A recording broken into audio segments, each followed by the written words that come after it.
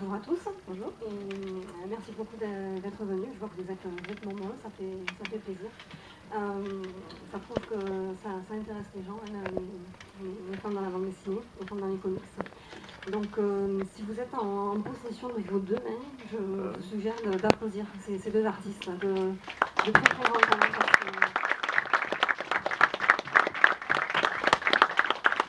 On a beaucoup de chance de les avoir aujourd'hui, je trouve.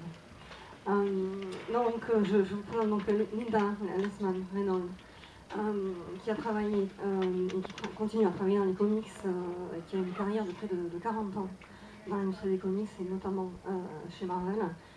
Elle a dessiné, elle a colorisé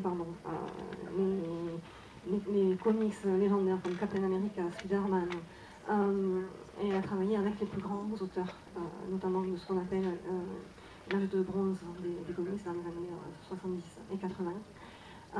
Et Elsa, qui a une excellente carrière également, qui travaille peut-être depuis un peu moins longtemps, beaucoup moins longtemps que Linda, mais qui fait des choses vraiment fabuleuses.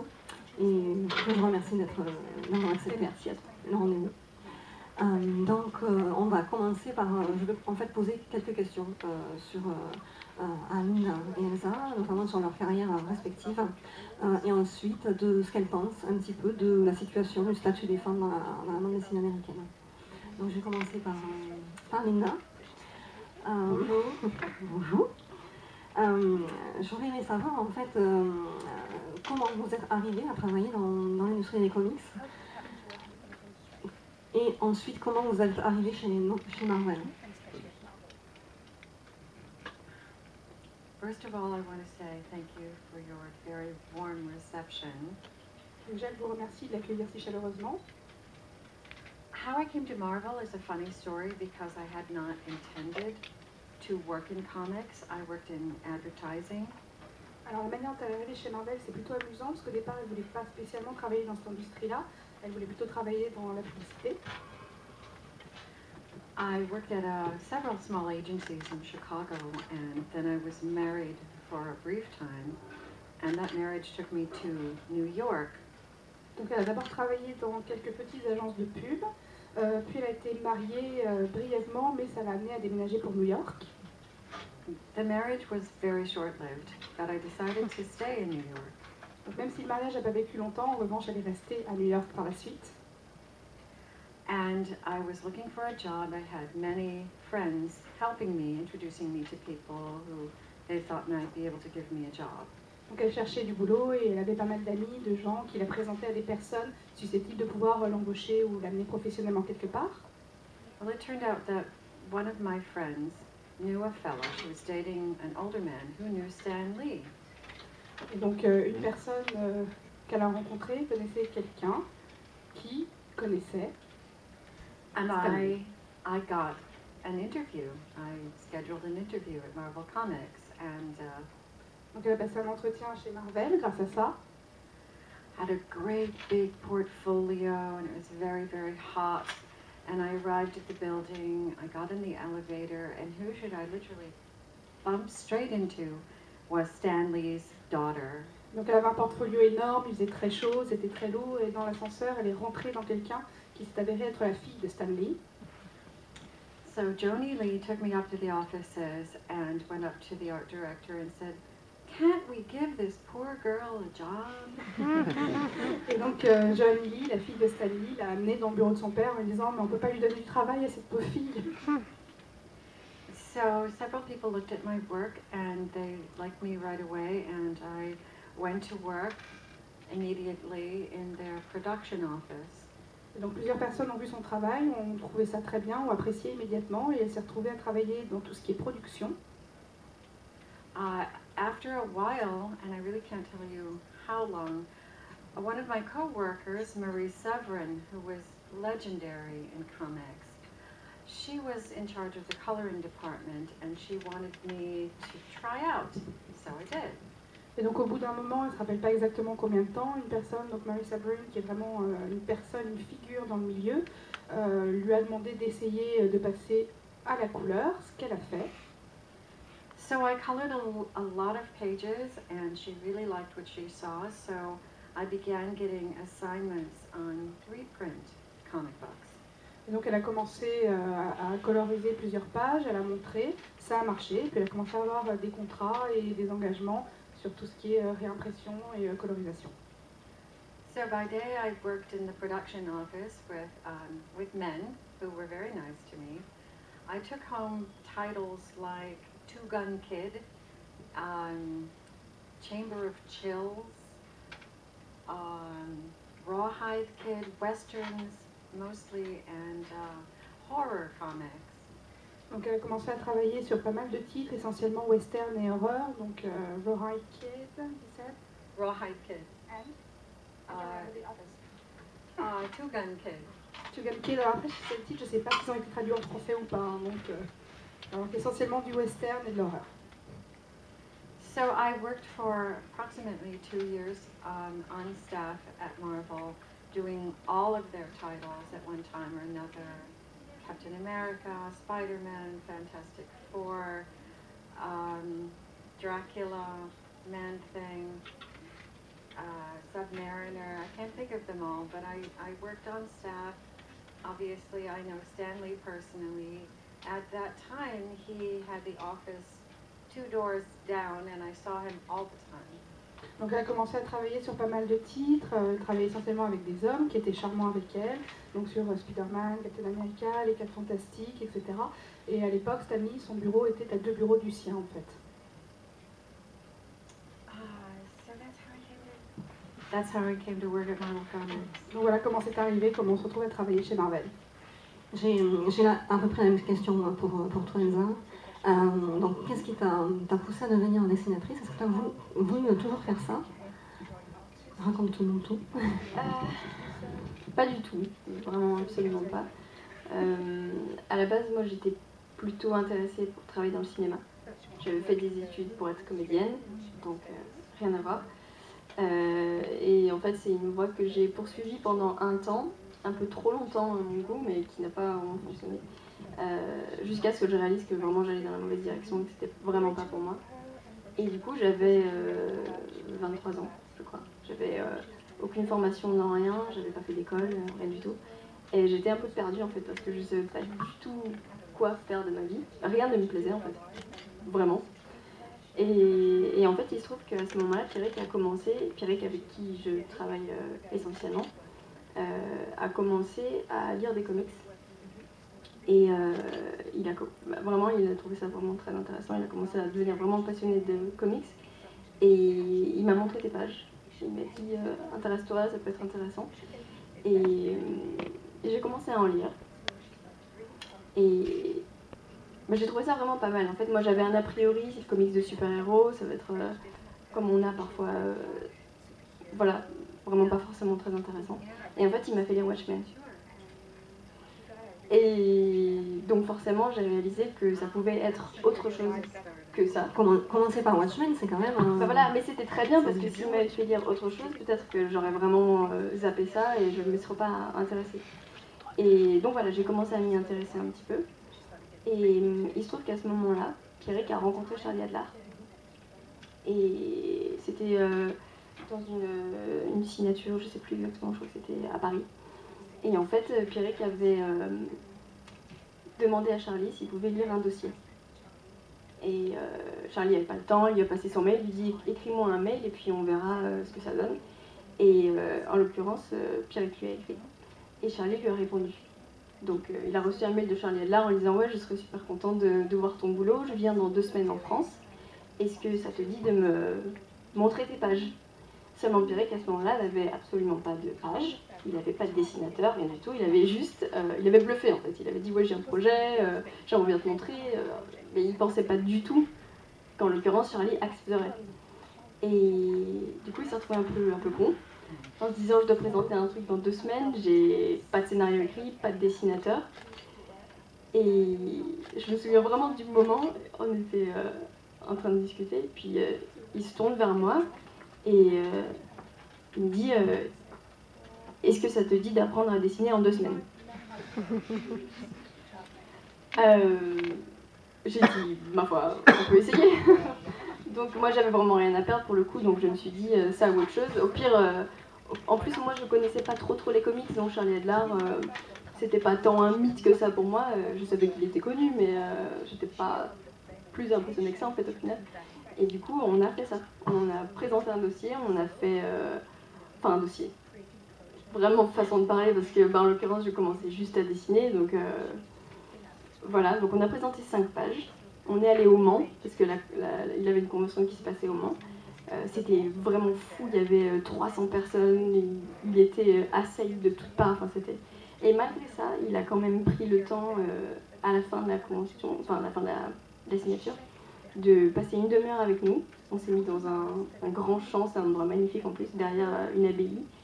Et il a regardé les pages et il a critiqué en fait. Il a dit ok, ça c'est bien, ça c'est pas bien, voilà ce que tu peux faire pour t'améliorer. J'avais tout à apprendre en fait, j'avais aucune base, j'avais rien. Je savais même pas comment se faisaient les comics, on savait pas comment le lettrage fonctionnait. Du coup on avait j'avais écrit les textes à la main et on avait découpé les bulles sur le papier qu'on avait collé. Enfin c'était vraiment artisanal pour le coup. Mais je pense qu'il a trouvé ça touchant en fait, qu'on arrive un peu motivé, mais alors avec zéro notion de comment il fallait faire. Et donc voilà, ça a commencé comme ça. On est ressorti de cette demi-heure passée avec lui, mais remonté à bloc avec une nouvelle carrière en fait. Parce que on s'est rendu compte que c'est ça qu'on voulait faire. Donc c'est un concours de circonstances en fait. Et c'est une belle histoire aussi, de démarrer comme ça, c'est vrai que c'est une histoire de rencontre souvent. Mais c'est exactement ça. Comme Linda aussi. Mais c'est ça, c'est qu'elle qui tombe sur la fille de Stan Lee. Elle aussi, elle a eu la chance d'avoir quelqu'un qui... Ouais. Ouais. Bon. Et donc du coup, Linda, pour revenir à l'époque où vous travailliez pour la Marvel, quelle était l'ambiance un petit peu dans les bureaux vis-à-vis du fait que vous soyez une femme? Quels étaient les rapports que vous aviez avec les dessinateurs vocaux et masculins notamment? Comment ça se passait? I enjoyed it so much. Everybody was nice to me. I never had a problem with... I had one problem, I will say, that with a certain writer who had a bad attitude when I brought something to his attention that I thought might be a mistake. The colorist was the person to handle the pages last.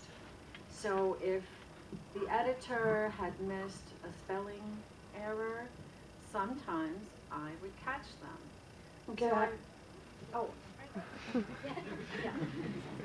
Donc elle a adoré, elle a passé vraiment des bons moments, tout le monde a été vraiment charmant avec elle. Il y a juste une personne qui avait tendance à la regarder de haut et à tout de suite avoir à dénigrer quand elle amenait son travail. Donc à l'époque, la personne coloriste était la dernière en fait à passer après le travail de tous les autres. Donc même éventuellement des fois il y avait une faute d'orthographe, une faute dans le lettrage et elle se retrouvait en plus de la couleur à devoir s'occuper également de ça. I can honestly say that I got along with my coworkers very well. Of course, it's a male-dominated kind of work. For quite a while, I worked in a production office with 4 men. Donc évidemment, c'est effectivement une industrie essentiellement dominée par les hommes. Elle travaillait, quand elle travaillait en production, avec 4 collègues masculins, mais ça s'est toujours bien passé. And yes, there were only a few women that I recall, about 5 of us, when I started at Marvel. Donc quand elle a commencé chez Marvel, elle se rappelle qu'elle devait être à peu près 5 femmes. But honestly, you know, when you told me you were going to ask a question like that, I consulted my girlfriend, Mary, who was Stanley's secretary at the time. She always remembers everyone being very nice to her. There was no big political thing going on. It was a very happy office. Donc quand elle a appris qu'elle allait donner cette conférence aujourd'hui, elle s'est tournée vers une amie à elle, Mary, qui était secrétaire, pareil à l'époque, qui pareil avait le même constat, que les gens étaient très sympas avec elle, qu'il n'y avait pas cette espèce de conflit, que ça parlait pas nécessairement politique, que c'était pas une histoire de domination en fait. Et toi, Elsa, en tant qu'artiste, quel genre d'histoire tu as envie de dessiner en premier? Quel est ton genre de prédilection? Je dirais pas que j'ai un genre de prédilection parce qu'il y a vraiment beaucoup d'histoires que j'aime, tant en tant que lectrice, parce que des fois on aime lire certaines choses qu'on n'aimerait pas forcément faire. Ce que j'aime vraiment, c'est avoir la possibilité de développer un univers. C'est-à-dire pouvoir avoir une liberté artistique, pouvoir mettre sa patte. Je sais qu'il y a certains comics, quand tu travailles sur du super-héros, dans certains cas, tu ne peux pas faire ce que tu veux. Il y a des codes à respecter, il y a des lieux à respecter, les costumes, tout ça. C'est intéressant, mais dans l'idéal, moi j'aime bien pouvoir retravailler les choses à ma manière, pouvoir faire un storytelling vraiment unique. Par exemple, Batwoman, ce qu'il a fait sur... je sais que tu es très fan en plus. Ça, si un jour je peux faire un truc comme ça, et c'est d'ailleurs ce qu'on a envie de faire sur The Infinite Loop en termes de mise en scène, ça pour moi c'est génial parce que tu peux vraiment t'exprimer. Au-delà du découpage en cases classiques, qui est très intéressant en soi, mais on a la chance aujourd'hui sur des projets en plus un peu indépendants de pouvoir vraiment y aller, faire ce qu'on veut, quoi. De s'exprimer pleinement et de tester des choses aussi peut-être. C'est ça, et en plus, l'avantage que j'ai, je pense, avec Pierrick, c'est que l'un l'autre, en fait, on se nourrit et on s'autorise certaines choses. Quand tu travailles pour DC, Marvel, tu reçois ton scénar. Même souvent, le scénariste revoit même pas les pages avant que ça sorte.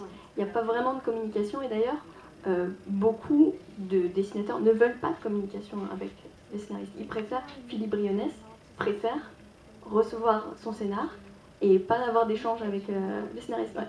Moi, je suis vraiment, parce que j'ai toujours eu l'habitude, on travaille dans le même studio, et on a un échange et on peut aller, tu vois, rapporter des pièces à chaque fois, j'ai une idée, il a une autre idée, etc.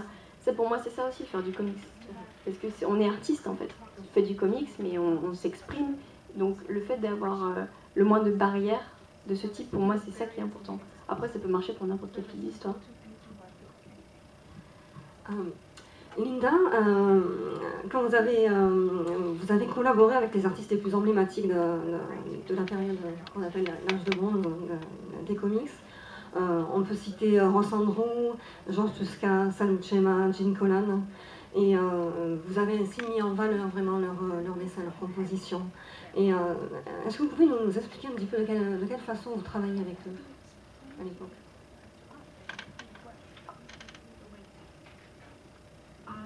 I always enjoyed the collaboration.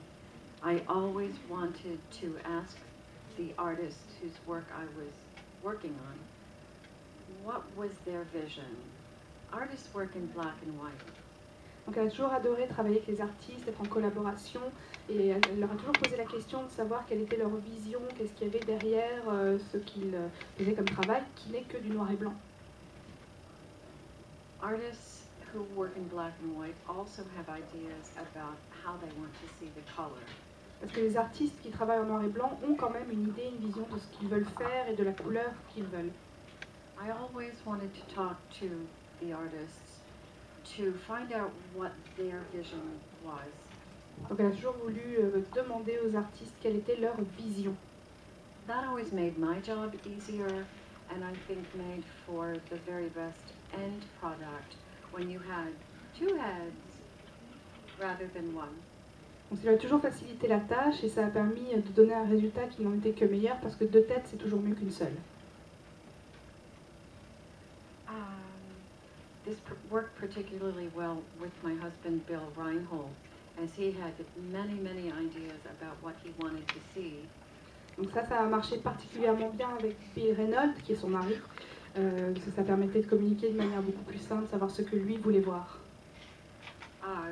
He would call me on the phone and say, "Page 4, panel 3. See that thing in the corner? Paint that blue." Donc il l'appelait au travail pour lui dire page 4, planche 3, ce petit truc dans le coin, tu le fais bleu.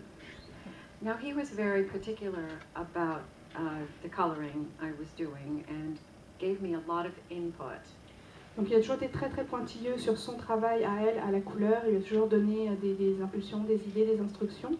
But not every artist cared about how I or any other colorist worked on their books. They were done with it. They didn't care. Et tous les artistes n'ont pas spécialement cette attention, cette précaution au sujet de la couleur. Certains artistes, une fois qu'ils ont fait leur partie du travail, le donnent au coloriste ou à la coloriste, et puis après c'est fini, c'est terminé pour eux. But most artists were interested in collaborating with the artists just to get their ideas across. For instance, is it day? Is it night? What's the mood? What's the temperature? There were all kinds of considerations, not just making things look realistic. La plupart des artistes, ça les intéresse et ça permet de pouvoir déterminer est-ce que c'est le jour, la nuit, quelle température il fait, quelle est l'humeur, l'ambiance. Ça permet d'aller un peu plus loin en fait, dans les détails. Did I answer your question? Complètement, merci. Et toi, comment tu considères le fait d'être une artiste féminine dans ce milieu? Est-ce que tu penses que c'est entre guillemets un handicap ou au contraire quelque chose une opportunité? Est-ce que je me souviens, j'avais vu Stéphane Yans il y avait pas très longtemps à Toulouse, et elle me disait mais de toute manière on s'en fout du sexe de l'auteur, du dessinateur. Ce qui est important, c'est son boulot et qu'il soit employé pour le travail qu'il fait, pas pour son genre, pas pour son sexe. Qu'est-ce que tu penses de ça? Je suis assez d'accord. Surtout que je viens du milieu du cinéma qui est un milieu extrêmement machiste. Donc moi j'étais habituée à être discriminée directement par rapport à mon sexe, c'est certain. Donc je savais que déjà en faisant la BD ça pourrait pas être pire dans tous les cas, donc j'avais pas spécialement d'attente à ce niveau-là. Après moi j'ai jamais été vraiment confrontée à ça de toute manière parce qu'on travaille tous les deux, je travaille pas dans un studio comme Linda a pu faire. Donc nous on travaille ensemble, donc après ce que font les autres je sais pas.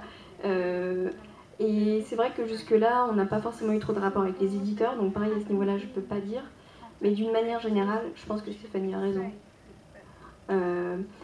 Après, il y a eu le scandale Janelle Asseline il n'y a pas longtemps qui fait que ça nous fait dire que les choses sont quand même différentes en France et aux États-Unis.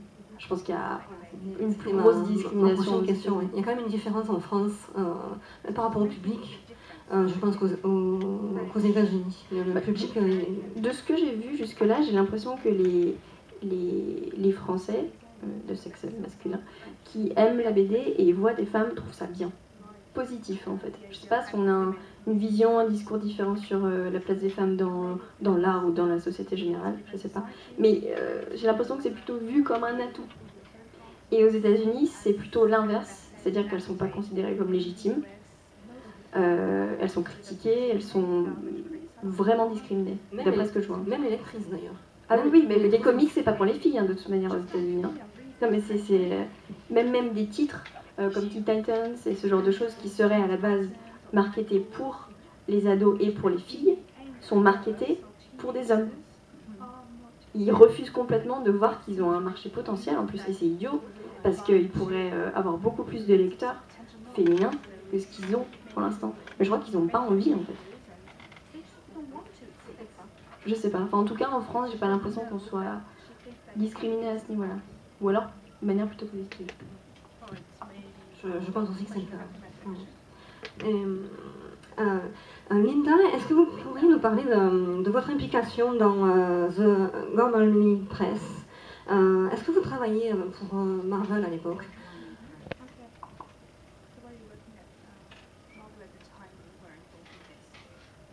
I met Barry Windsor Smith, who worked at Marvel. He was famous for drawing Conan a long time ago. Conan? Barry Windsor Smith. J'ai travaillé avec Barry Windsor Smith qui travaillait sur Conan à l'époque. I worked with him. He and I were a registered partnership called the Gorblimey Press, which was a going concern for 10 years, where we published paintings and drawings of his work. Donc elle a été engagée sur The Gorblimey Press pendant 10 ans, donc ça a été une inquiétude permanente parce qu'il fallait toujours avoir des choses à rendre. Elle publiait notamment des peintures, des dessins, etc. He did the work and I did everything else.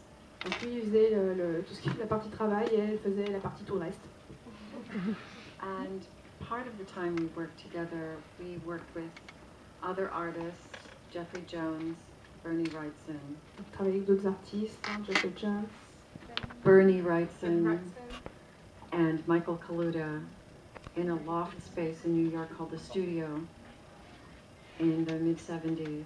It was 3 years of my life. Donc au milieu des années 70, ça représentait 3 ans de sa vie. Il travaillait dans un bureau new-yorkais qui s'appelait le Studio. Vous pouvez nous parler justement de cette période quand vous côtoyez donc ces artistes. Donc il y avait Bernie Wrightson, Mike Kaluta, Jeffrey Jones et Barry Windsor-Smith. J'ai mis une image sur le diaporama. Comment c'était de côtoyer tous ces artistes et est-ce que vous pouvez nous en parler de cette époque? Oh, it was a very special time in my life because they were not only incredibly talented, gifted artists, they were my friends. They were the people I talked to all the time, saw all the time, went out with all the time. We were together, we had a lot of friends. I know so many people, artists and writers, editors, colorists, many people in the comic book business for many years, for what, 40 years now. C'était une époque un peu particulière dans sa vie, parce que c'était pas uniquement des artistes extrêmement talentueux, extrêmement doués, mais c'était également ses amis, des gens avec qui elle sortait, avec qui elle allait boire un verre, avec qui elle discutait. Et c'était comme ça une période un peu magique. Et puis il y a plein d'artistes dans cette industrie-là qu'elle connaît et qu'elle va surtout considérer avant tout comme étant ses amis, comme étant des gens qu'elle côtoie. Having the studio was an idea that Barry came up with when we were in England the summer before. Donc c'était Barry Windsor-Smith qui avait eu l'idée d'avoir un studio l'été précédent. C'était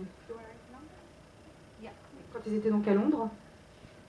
He is a big fan of the pre-Raphaelite artist movement of the 1800s. Donc c'est un grand fan de tout ce qui est pré-raphaélite.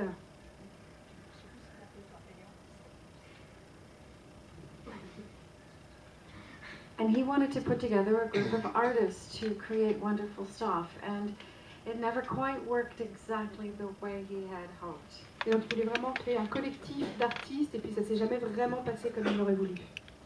But suffice it to say, I've worked with some wonderful artists. I had a great time. I knew at the time that what we were doing was important. But on the other hand, it was my life, and it was hard to get an overview while I was right in the middle of it. Donc elle a eu la chance de travailler avec des très très grands artistes et puis ça représentait en fait sa vie, donc au-delà de l'importance que ça pouvait avoir, c'était sa vie, c'était son travail, donc elle avait du mal à en avoir une vision d'ensemble en fait et arriver à regarder ça de l'extérieur. Elsa, qu'est-ce que tu penses des initiatives comme par exemple Womanthology, qui est donc ce fameux recueil qui a été dessiné et composé uniquement par des femmes, qui avait fait, c'était un projet Kickstarter à la base qui a complètement explosé en fait, qui a vraiment été un succès énorme, qui a été publié chez IDW. Qu'est-ce que tu penses de ce genre d'initiative? Est-ce que toi tu aimerais justement participer justement à un projet commun fait uniquement par des femmes? Est-ce que ça t'intéresserait de faire ça? Déjà, le fait qu'ils aient explosé leur budget montre bien qu'il y a un public. Ça devrait donner une leçon aux éditeurs. Je suis pas contre. Après, savoir si je suis pour, je sais pas. Parce que c'est un peu parfois le mauvais, entre guillemets, côté du féminisme. C'est-à-dire, c'est pas parce qu'on est pour les femmes, l'égalité, qu'on est contre les hommes.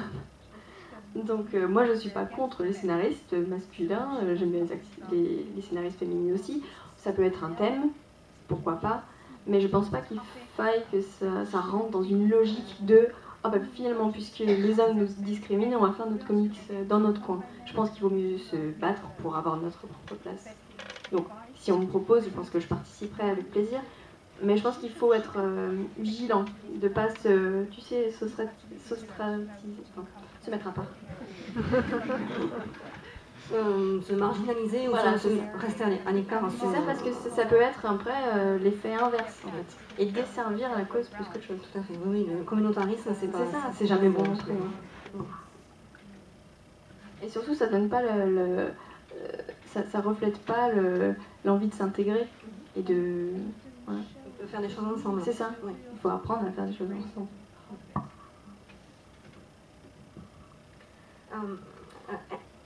Nina, le métier de coloriste a toujours été occupé de manière significative par des femmes. On peut citer Adrienne Roy qui a œuvré chez DC dans les années 80, qui a une énorme carrière dans les années 80. On peut aussi citer Laura Alred, qui travaille avec son mari, Rachel Bolson également. Comment vous expliquez cet attrait des artistes féminines pour la colorisation?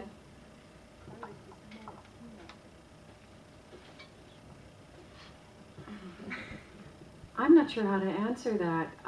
Because I don't do computer coloring, I can't even tell you how many women versus men colorists there are working now. Elle n'est pas sûre d'avoir une réponse à la question, parce que c'est vrai que comme elle ne fait pas de la colo sur informatique, elle ne sait pas vraiment combien de femmes il y a, par rapport à combien d'hommes, elle ne connaît pas nécessairement la répartition. I can tell you, however, that my husband has had his fair share of male colorists. You know, he's working with a woman from the publisher Soleil, and he, like I, enjoys working with the colorists, wants to talk to them all the time, and some of them are happy with that, and some of them are not. But I don't see that there are, I have not noticed that there are more women coloring than men. I actually know more men colorists, personally. Alors Bill Reynolds, qui travaille en ce moment sur un projet pour Soleil, a beaucoup travaillé avec des coloristes hommes et travaille en ce moment avec une femme. Mais de toute façon, quelle que soit la personne, ils ont toujours beaucoup apprécié travailler avec des coloristes et travailler vraiment en collaboration avec eux. Et elle a vraiment aucune idée de la répartition et elle n'avait même pas spécialement remarqué que c'était plus quelque chose de féminin, en fait, par rapport au reste. Toi, Elsa, toi aussi, tu as en ce moment un projet par le biais du crowdfunding, du financement participatif. C'est un projet qui se clôture, donc, enfin le financement se clôture demain, il me semble, demain. Et c'est un énorme succès aussi. Oui. Est-ce que tu peux nous en parler un peu plus et est-ce que tu es étonné de ce succès justement? Comment tu reçois tout ça? Ben, c'est fou, c'est vraiment fou parce que quand on a eu... en fait, on n'a jamais envisagé de proposer cette histoire à un éditeur. Vraiment. Enfin, on avait fait quelques pages l'année dernière qu'on avait proposé à des éditeurs et on n'avait eu que des réponses négatives. On l'a laissé de côté pendant un temps. J'avais besoin d'évoluer sur mon style, Pierrick avait besoin aussi d'évoluer sur son écriture. On avait fait quelque chose de trop long, c'était 12 numéros, enfin, le format n'était pas bon. Et quand on a décidé de le refaire, on était à un moment où on venait de faire Le Garde républicain avec Thierry, qui fait d'ailleurs tout ça en auto-édition. Et on s'est dit, pourquoi prendre le risque de se faire refuser par des éditeurs et de nous décourager Bon, on aurait pu aussi être pris, je ne sais pas. Mais du coup, on a décidé dès le début de faire ça par nous-mêmes, tout seul, de A à Z. Les couleurs comprises, lettrage, bref, on fait appel à personne d'autre qu'à nous-mêmes. Et évidemment, ça comporte un risque de faire ça, parce que quand tu lances un projet sur une plateforme participative, si tu te plantes, le projet a clairement un coup dans l'aile et c'est un peu difficile après de le vendre à un éditeur, tout ça, donc c'est un peu qui tout double. Quand on a commencé à réfléchir à comment mettre le projet en place, parce qu'une campagne Ulu, ça peut avoir l'air un peu facile comme ça, on demande, je sais pas, 5-6 000 euros sur un mois et demi, 2 mois, on les aura. Mais en fait, c'est beaucoup plus dur que ça en a l'air, il faut vraiment, faut préparer la chose vraiment en amont. Surtout pas, mais je crois qu'il y a une conférence juste après qui parle de ça, donc je ne veux pas en dire plus. Mais donc on a fait notre budget en serrant les coups au maximum, en se prenant 0 marge pour nous au début.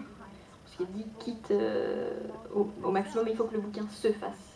Voilà, c'était la base. Après, si on a plus, on pourra se dégager des sous pour nous, avoir un semblant de paiement à la page.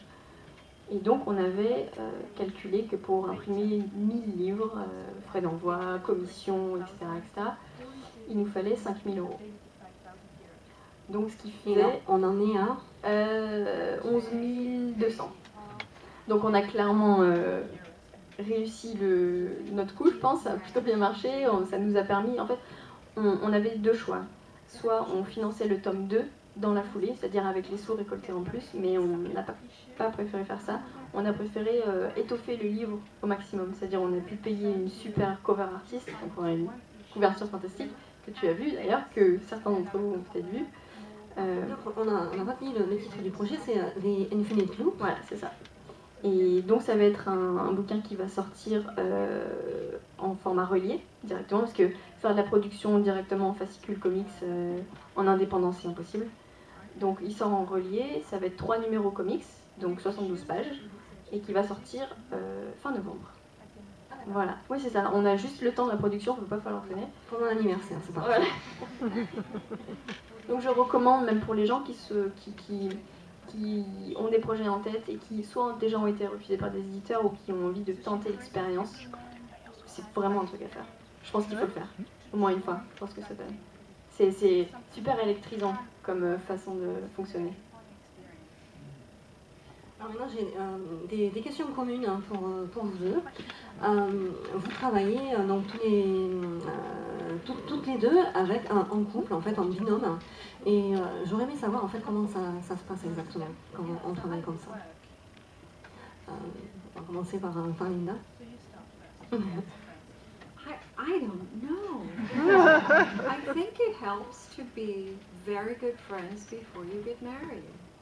Donc elle pense que ça aide d'être très très amie avec une personne avant de l'épouser s'il faut travailler avec. Now, when I went to interview at First Comics, I went in and I came out with 28 pages of Bill Reinhold artwork to letter. Donc quand elle a passé un entretien pour travailler à First Comics, la première tâche qu'on lui a donnée, c'est 28 pages à lettrer d'un certain Bill Reinhold. I practiced 4 days and I lettered those 28 pages and I did 3 more books until the colorist quit and I was able to color Bill's artwork. Elle a d'abord fait 4 pages, puis elle a fait d'autres choses, et puis après la coloriste a démissionné, donc ça lui a permis de pouvoir se remettre dans ce projet-là. Now we were corresponding on the phone for about 5 months before I ever met Bill. Donc pendant 5 mois avant même qu'ils se rencontrent, ils ont communiqué par téléphone. And it really helped that we worked together well, we became very good friends, and almost 2 years after we started working together, we started getting serious and actually dating. Donc ils ont d'abord travaillé ensemble, puis au bout de 2 ans, ça a commencé à devenir très très sérieux, jusqu'à ce qu'ils commencent à sortir ensemble effectivement. So I guess you have to get along very well with your partner.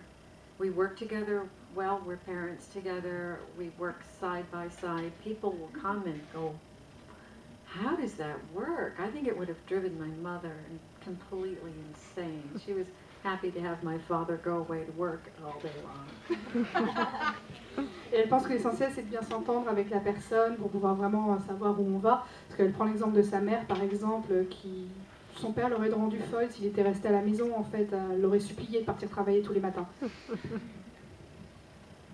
Je pense que je suis assez d'accord, il faut être amis avant tout. De toute manière, je pense que c'est le seul moyen pour que ça marche. Ça a des avantages parce qu'on a forcément une alchimie. Donc ça, forcément, après, dans une collaboration artistique, ça se ressent, j'imagine.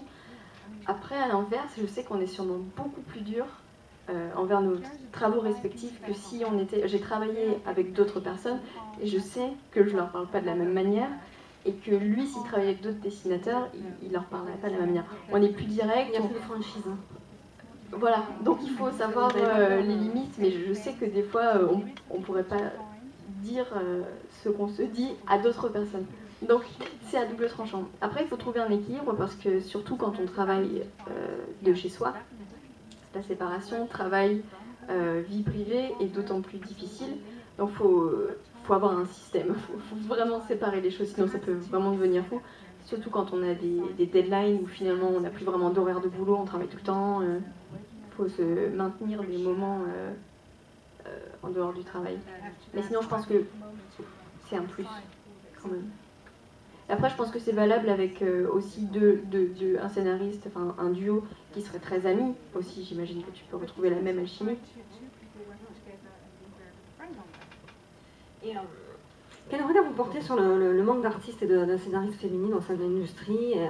Est-ce que vous pensez que les éditeurs mainstream ne font pas confiance aux artistes féminines, ne font pas confiance aux femmes en général?